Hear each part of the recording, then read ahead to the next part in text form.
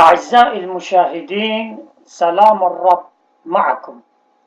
يسعدنا أن نكون ثانية معكم في برنامجنا الديني تحت عنوان طريق النور، والذي يأتيكم عن طريق إرسالية نور من الشرق. حلقتنا اليوم ستكون تحت عنوان شفاعة القديسين. للأسف الشديد اليوم يعترض بعض من المؤمنين على شفاعة القديسين، ويقولون: لما هي شفاعة القديسين؟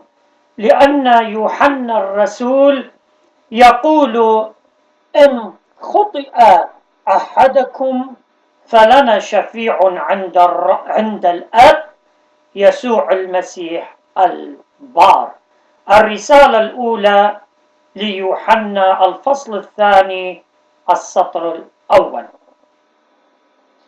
عزيزي المشاهد، شفاعة المسيح فريدة، لأنه هو كفارة عن خطايانا وخطايا العالم كله.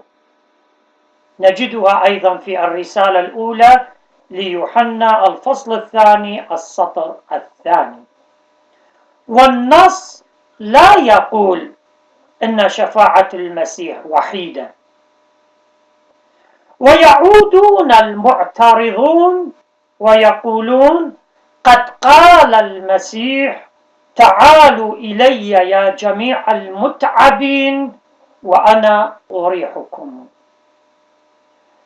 لا ننكر من أن السيد المسيح قال هذا القول، لم يقوله عن شفاعة القديسين، بل عن أعدائه الفريسيين الذين كانوا يحملون الناس في الديانة أحمالا لا تطاق.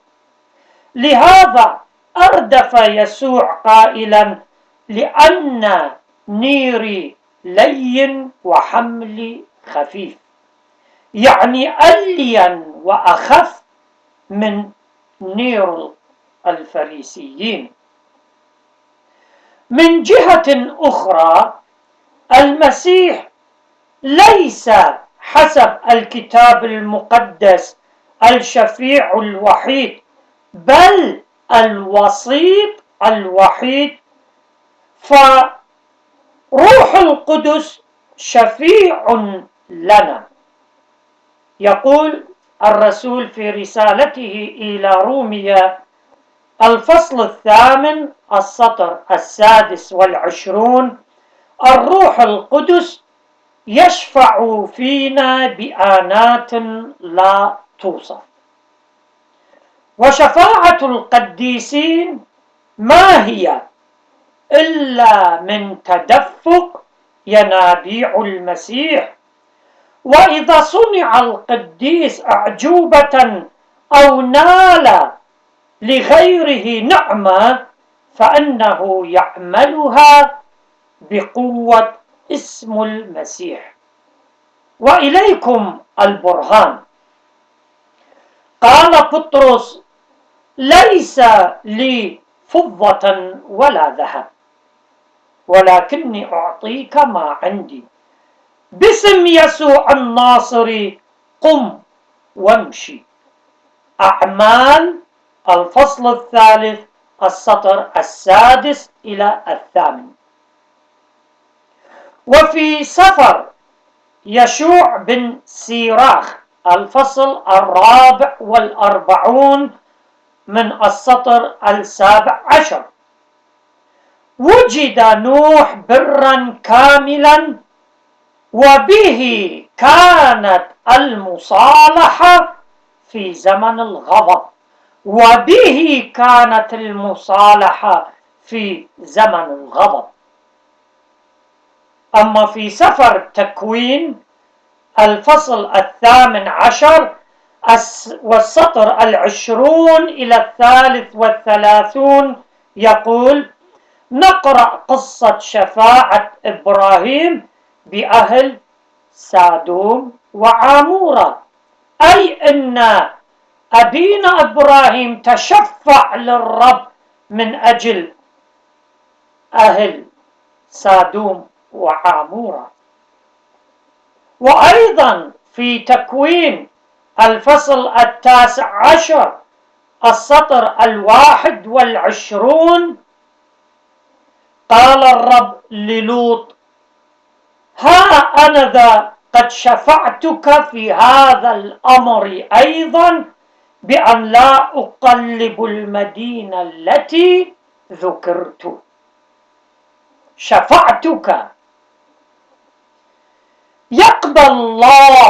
يقبل الله شفاعة لوط من أجل مدينة سوعر. ونرى أن الله يعطي النعم بسبب إبراهيم وإسحاق ويعقوب وداود وهم متوفون. أما في سفر الخروج الفصل 32 من السطر 11 إلى 15 نرى أن موسى يتضرع إلى الرب من أجل شعبه. وفي سفر تثنية الاشتراع الفصل 9 من السطر 20 موسى يتضرع إلى الرب من أجل هارون، لأن الرب أراد أن يبيد هارون. وفي سفر المزامير من مزمور 106 والسطر 23 فهم أن يدمرهم لولا أن موسى مختاره شفع ليرد غضبه عن الشعب. أي أن الرب أراد أن يبيدهم، ولكن موسى تشفع لهم عند الرب، فرجع الرب عن غضبه بشفاعة موسى.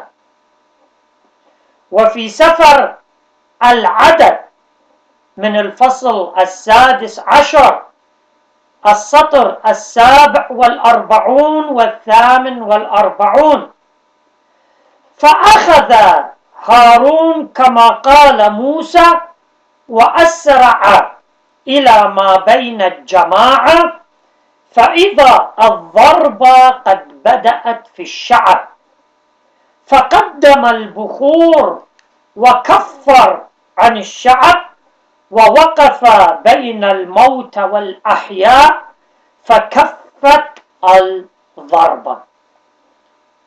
وهكذا نقرأ عن التضرعات في إيشعياء وصموئيل وأيوب وإيرميا. والكتاب المقدس عزيزي المشاهد مليء بالشواهد عن الشفاعات من أجل الآخرين. أي السيد المسيح يوصينا بأن نصلي بعضنا لبعض، كما مذكور في إنجيل متى الفصل 5 السطر 4، وكذلك في إنجيل لوقا الفصل 6 السطر 28. والمسيح بنفسه صلى من أجل أعدائه وغفر لهم. لوقا فصل 23 السطر 34. وأسطفانوس الشماس الشهيد قبل استشهاده صلى من أجل راجميه. أعمال فصل 7 السطر 58. والأبرار يطلبون صلاة الشعب في كولوسي، نقرأها في رسالة الرسول إلى شعب كولوسي الفصل الرابع السطر الثاني إلى الرابع، ويقول: واظبوا على الصلاة واسهروا فيها بالشكر، مصلين من أجلنا ليفتح الله لنا. باب الكلام. وإذا ذهبنا إلى رسالة ثانية إلى تسالونيكي الفصل الثالث السطر الأول، ويقول: وبعد أيها الأخوة صلوا من أجلنا لننشر كلمة الرب وتمجد كما عندكم. أما في رومية الفصل 15 السطر 30 يقول الرسول: أسألكم أن تجاهدوا على الصلوات إلى الله من أجلي. ويعقوب في رسالته الفصل 5 السطر 16 يقول: صلوا بعضكم لبعض لكي تبرروا. وفي رسالته الثانية إلى تيموثاوس الفصل الأول السطر الثالث يقول: لا أزال أذكرك في تضرعاتي ليلا نهارا. أذكرك في تضرعاتي ليلا ونهارا. والمهم المذكور في الكتاب المقدس نراه في رسالة الرسول الأولى إلى تيموثاوس الفصل الثاني السطر 1 إلى 7 يقول: ويسأل بولس قبل كل شيء أن تقام تضرعات وصلوات وتوسلات وتشكرات من أجل جميع الناس، من أجل الملوك وكل ذي منصب، لنقضي حياة مطمئنة. عزيزي المشاهد، إن شفاعة القديسين الموتى واضحة من بعض النصوص في الكتاب المقدس، كما إنها ثابتة لأسباب لاهوتية كتابية وطيدة. منها إن الموت الجسدي في حياة الإيمان ليس نهاية أي شيء، ولا يقطع علاقات الإنسان بخالقه وإخوته. تضرع موسى إلى الرب من أجل الشعب، وهذه شفاعة. قال موسى: اذكر يا رب إبراهيم واسحق ويعقوب عبيدك الذين أقسمت لهم بذاتك. وفي مزمور 132 السطر 10 يقول: من أجل داود عبدك لا تحجب وجه مسيحك. من أجل داود عبدك لا تحجب وجه مسيحك.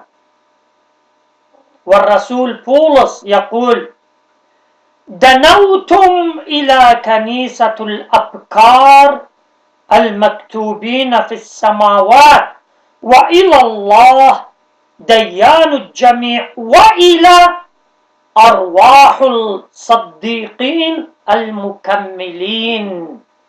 نقرأها في رسالته إلى عبرانيين الفصل 12 السطر 23. والصديقون المكملون الذين بلغوا القداسة هم القديسون المتوفون، فنحن في وحدة معهم، لا مع أجسادهم التي دفنت بسلام، بل مع أرواحهم التي هي حية. الكتاب المقدس عزيزي المشاهد يؤكد لنا باستمرار الحياة بعد الموت، إذ يرجع الجسد إلى التراب، ولكن الروح تعود حية إلى خالقها. إبراهيم وإسحاق ويعقوب وكل المؤمنون هم أحياء عند ربهم إلى اليوم الأخير، كما يقول بولس الرسول: لا موت ولا حياة ولا رئاسات ولا سلاطين تستطيع أن تفصلنا عن محبة الله لنا في يسوع المسيح. رومية الفصل 8 السطر 35. بما أن الله سيد الزمان، وبما أنهم كلهم أعضاء جسد واحد رأسه المسيح، فهل يفصلون بالموت عن جسد المسيح وعن السيد المسيح نفسه؟ طبعا لا وألف لا، لأن هذا لا يتناسب مع محبة الرب لنا. عزيزي المشاهد، لشفاعة القديسين الموتى من أجل الأحباء والأموات أساس وطيد في العقيدة التي تدعوها الكنيسة شركة القديسين، أي الاشتراك بين جميع المؤمنين بالمسيح في كل الخيرات الروحانية. والدليل على ذلك موجود في الكتاب المقدس، كما نقرأ في الرسالة إلى العبرانيين الفصل 12 من السطر 23، حيث يقول: إن المؤمنين الأحياء في وحدة حال معنوية حقيقية مع أرواح الأبرار الذين بلغوا الكمال. أما في رومية الفصل 8 السطر 35 يقول: الموت لا يفصلنا عن محبة المسيح. ونحن إن متنا كمؤمنين في جسد المسيح السري أي الكنيسة، فنحن أحياء وليس أموات. إن عشنا فللرب نحيا، وإن متنا فللرب نموت. أعزائي المشاهدين، إذا تألم عضو تألمت معه سائر الأعضاء، وإذا أكرم عضو سرت معه سائر الأعضاء. فأنتم جسد المسيح، وكل واحد منكم عضو منه. الرسالة الأولى إلى الكورنثيين الفصل 12 السطر 26 إلى 28. بناء على الآيات الشريفة التي سبق ذكرها، وبناء على تقليد الكنيسة الراسخ منذ القرون الأولى، يستنتج المرء إن المؤمنين أجمعين الذين نالوا المعمودية جسد واحد، وإن الموت لا يبطل المعمودية التي تجمعهم، وأن الرسل والأنبياء والمعلمين الأولين المتوفين لم يكفوا أن يكونوا أعضاء كاملين في جسد السيد المسيح، بل الأقرب إلى الأصوب إنهم بموتهم عبروا مرحلة الامتحان وانتقلوا نهائيا إلى أورشليم السماوية، متحولين من الكنيسة المجاهدة إلى الكنيسة المنتصرة. أعزائي المشاهدين، بركة يسوع المسيح وبركة وشفاعة القديسين لتكون مع جميع المؤمنين إلى أبد الآبدين. آمين.